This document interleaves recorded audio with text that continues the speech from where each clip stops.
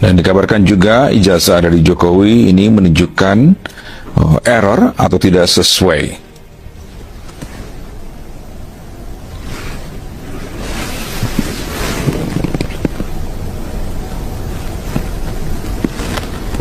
Baik, pemirsa, sebentar itu hari ini sekali lagi ini dalam gelar perkara khusus kasus dugaan ijazah palsu Presiden ke-7 Republik Indonesia Joko Widodo.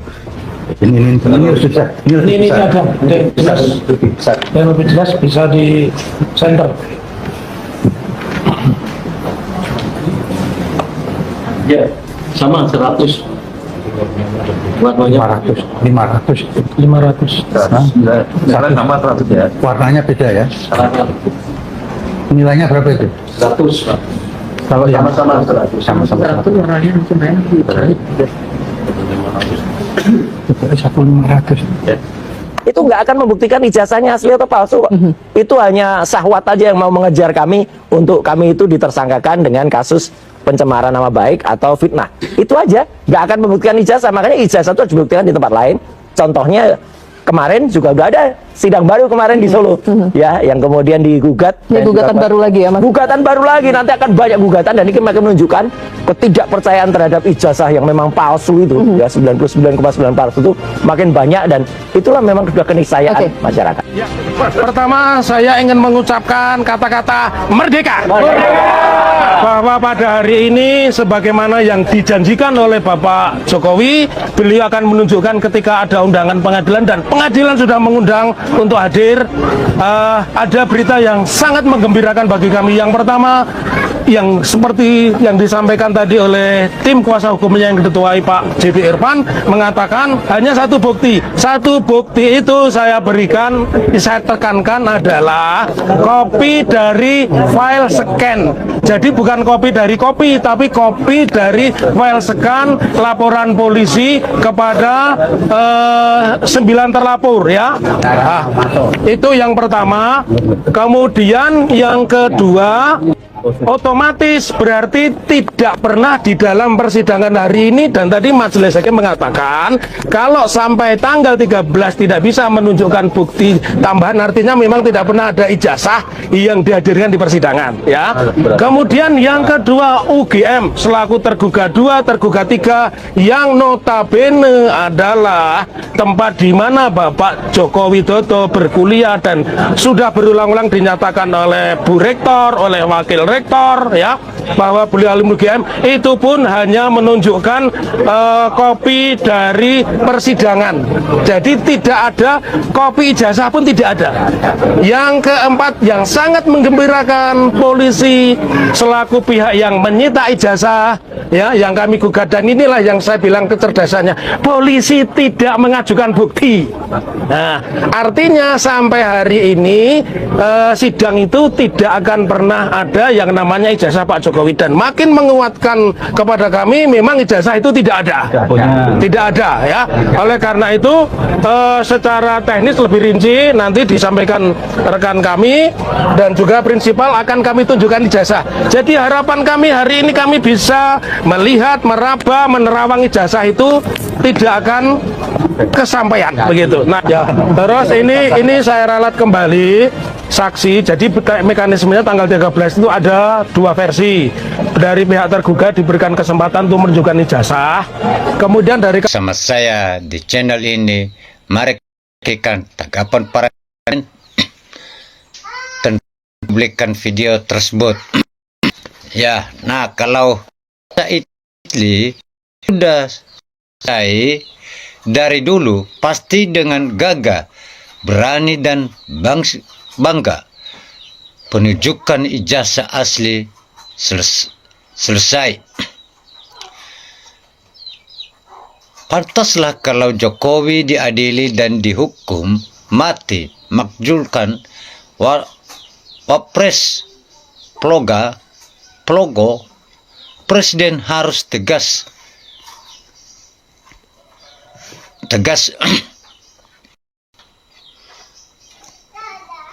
ikut, harus tegas ikut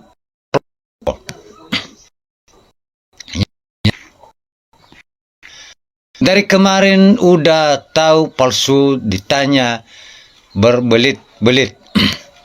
Dalam kasus ijazah palsu Jokowi, hukum sedang dipermainkan dan dimainkan oleh penegak hukum, dalam hal ini kepolisian. Kebohongan terhadap rakyat Indonesia atau negara hukum pidana tetap jalan, tidak bisa SP3. Penjarakan si pembohong yang sudah merusak negara.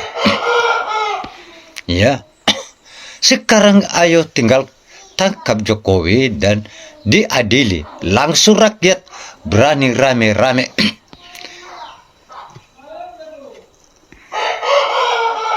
Tangkap dan adili Jokowi dan termul-termulnya dan makjulkan Gibran biar aman dan damai sejahtera bangsa ini.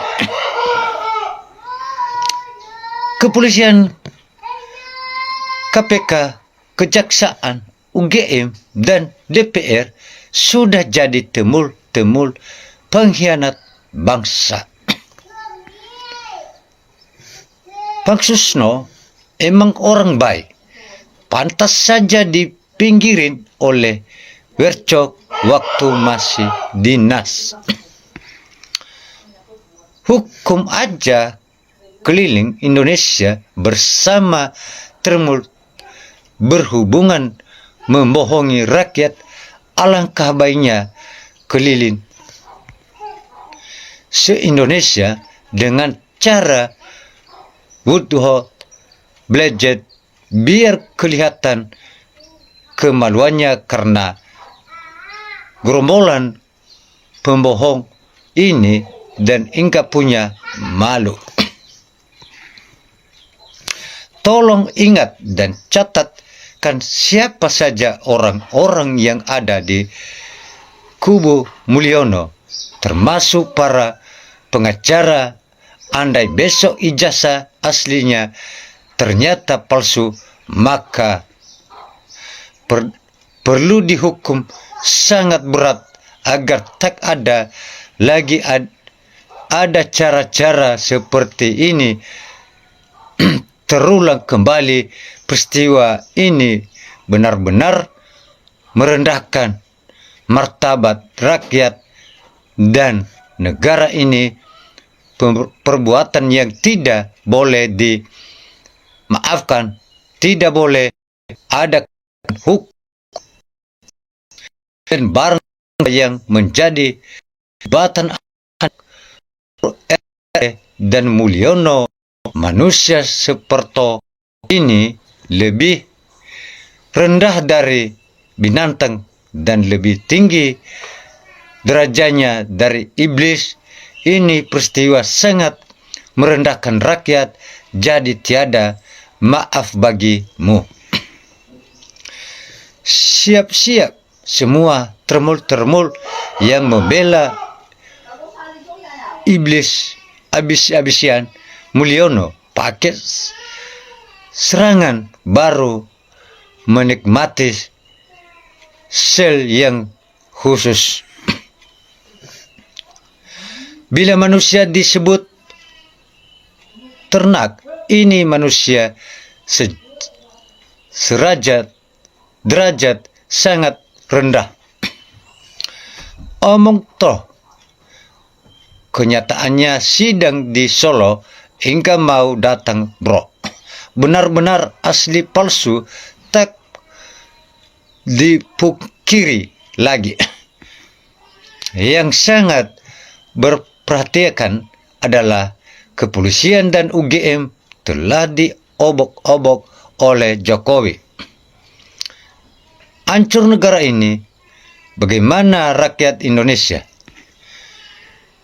Masa sepele saja pemerintah tak mampu atasi, apalagi masalah yang besar.